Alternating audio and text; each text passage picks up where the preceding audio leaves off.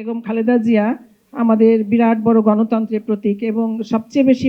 ভালো লাগে যে উনি মহিলাদের শিক্ষা এবং স্বাস্থ্যের জন্য অনেক কাজ করে গিয়েছেন এবং পৃথিবীতে অনন্য অবদান রেখেছেন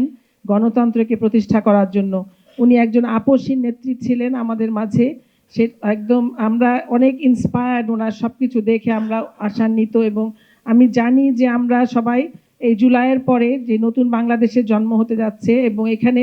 সবাই একত্রিত হয়ে সংস্কার করে বাংলাদেশকে সুন্দরভাবে গড়ে তুলবো এবং ওনার স্বপ্নকে পূরণ করতে পারবো। আপনারা সবাই সবার কাছে দোয়া চাচ্ছি যাতে এই মেডিকেল কলেজের ছাত্রী হিসাবে এখানে সুন্দরভাবে মেডিকেল কলেজের জন্য বা ছাত্রদের জন্য কিছু করে যেতে পারি এবং তাহলেই হয়তো বা আমাদের কাজ বা এখানে আসাটা সার্থক হবে। এবং এইখানে আমাদের এই এত বড় নেত্রীর জন্য যে আজকে আমরা হাত তুলে দোয়া করব, ওনার রুহের মাগফিরাত করব,